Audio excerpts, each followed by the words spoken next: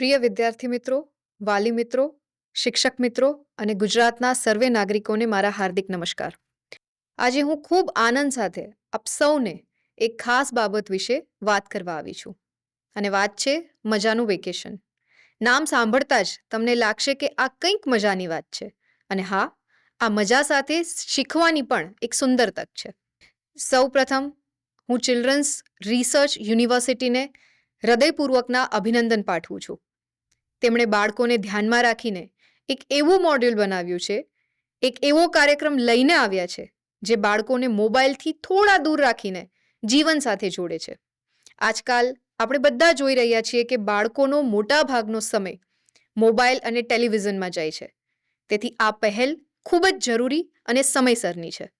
પ્રિય બાળકો, વેકેશન એટલે માત્ર સૂઈ રહેવું, મોબાઈલ કે ટીવીમાં કાર્ટૂન જોયા કરવું કે ગેમ રમવી એટલું જ નહીં. પણ વેકેશન એટલે નવી વસ્તુઓ અજમાવવાનો સમય, કંઈક નવું શીખવાનો સમય. આ કાર્યક્રમ તમને કહે છે કે આવો રમતા રમતા શીખીએ અને શીખતા શીખતા રમીએ. આમાં ઘણી સરસ પ્રવૃત્તિઓ છે, જેમ કે છોડ વાવવા, પક્ષીઓ જોવા, ઘરમાં મદદ કરવી, નાની નાની વસ્તુઓ બનાવવી, વાર્તાઓ સાંભળવી. આ બધું કરતા તમે તમારી જાણ બહાર જ ઘણું બધું શીખી જશો. હું તમને એક સરળ રીતે 5 વાતો કહું, પણ થોડું વિગતે સમજાવું કે જેથી આપણે બધા તેને જીવનમાં અપનાવી શકીએ. સૌપ્રથમ, આજકાલ આપણે સૌ જાણીએ છીએ કે બાળકોનો ઘણો ખરો સમય મોબાઈલમાં પસાર થાય છે. પરંતુ થોડો સમય મોબાઈલથી દૂર રહીશું તો જ જીવનની સાચી મજા અનુભવી શકીશું. આ સમયમાં મિત્રો સાથે બહાર રમો, સાયકલ ચલાવો કે પરિવાર સાથે બેસીને વાતો પણ કરો. જ્યારે આપણે સ્ક્રીનથી દૂર જઈએ છીએ ત્યારે આંખોને પણ આરામ મળે છે, મન શાંત રહે છે અને સંબંધો વધારે મજબૂત બને છે. બીજું કે સાચું શિક્ષણ ત્યારે જ શક્ય છે જ્યારે શરીર અને મન બંને તંદુરસ્ત હોય.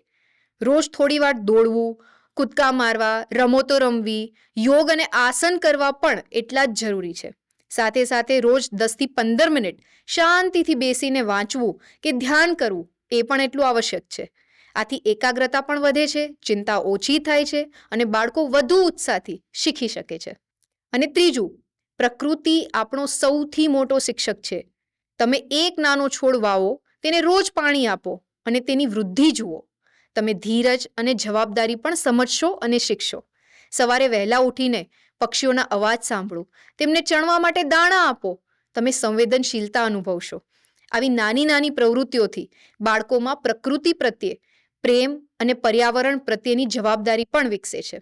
ચોથું, આજના વ્યસ્ત જીવનમાં પરિવાર સાથે સમય પસાર કરવો ખૂબ જ જરૂરી છે. દાદા દાદી, વડીલો સાથે બેસીને તેમની વાતો સાંભળવી, તેમના અનુભવોને ગ્રહણ કરવા અને એમાંથી કંઈક શીખવું. ઘરમાં નાની નાની મદદ કરવી, જેમ કે રસોડામાં સહાય કરવી, ઘર ગોઠવવું. આથી જવાબદારીની ભાવના પણ વિકાસ પામે છે. પરિવાર સાથેનો સમય બાળકોને સુરક્ષા, પ્રેમ અને સંસ્કાર આપે છે. અને છેલ્લે, વેકેશન એ નવી વસ્તુઓ શીખવાનો સૌથી શ્રેષ્ઠ સમય છે. નાની નાની બાબતો શીખો, જેમ કે સરળ વાનગી બનાવવી, પૈસા બચાવવાની આદત વિકસાવવી કે દરરોજ 5 નવા શબ્દો શીખવા. આ તમામ કૌશલ્યો જીવનમાં આગળ જઈને ખૂબ જ કામ આવે છે અને બાળકોને આત્મનિર્ભર બનાવે છે. પ્રિય વાલી મિત્રો, બાળકોને માત્ર કહેવું પૂરતું નથી, પરંતુ તેમની સાથે જોડાવવું પણ વધુ મહત્વનું છે. જ્યારે તમે બાળકો સાથે મળીને પ્રવૃત્તિઓ કરો છો ત્યારે તેઓ વધુ ઉત્સાહથી શીખે છે. આપનો સમય અને સહયોગ બાળકો માટે સૌથી મોટું પ્રોત્સાહન છે. અને શિક્ષક મિત્રો, આ પહેલને સફળ બનાવવા માટે આપનો સહયોગ અત્યંત મહત્વનો છે. બાળકોને માત્ર માર્ગદર્શન આપવું નહીં, પરંતુ તેમને પ્રેરિત કરવા અને તેમની અંદરની ક્ષમતાઓને બહાર લાવવા મદદની પણ આવશ્યકતા રહે છે. અંતમાં, આ પહેલ વિદ્યાર્થીઓમાં STEM એટલે કે સાયન્સ, ટેકનોલોજી, એન્જિનિયરિંગ અને મેથેમેટિક્સ અભિગમ માટે પ્રારંભિક રસ ઊભો કરે છે. નાના નાના વિજ્ઞાનના પ્રયોગો, તર્ક આધારિત પ્રવૃત્તિઓ અને સમસ્યાઓને ઉકેલવાના પ્રયાસો વિદ્યાર્થીઓને વૈજ્ઞાનિક દ્રષ્ટિકોણ તરફ દોરી જાય છે. આ કાર્યક્રમ ઇનોવેશન કલ્ચર અને સ્ટાર્ટઅપ માઇન્ડસેટ માટે પણ પાયો તૈયાર કરે છે. જ્યારે વિદ્યાર્થી નવી રીતે વિચારવાનું શીખે છે ત્યારે તે માત્ર શીખનાર નહીં, પરંતુ સર્જક એટલે કે ક્રિએટર બને છે. આ જ અભિગમ ભવિષ્યમાં સ્ટાર્ટઅપ અને નવી શોધ માટે પણ જરૂરી રહે છે.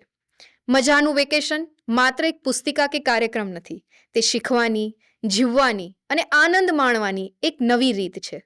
ચાલો આપણે સૌ સાથે મળીને નક્કી કરીએ, મોબાઈલ ઓછો, અનુભવ વધારે અને વેકેશન સાચે જ મજાનું બને. આપ સૌનો ખૂબ ખૂબ આભાર. ભારત માતા કી જય. જય જય ગરવી ગુજરાત.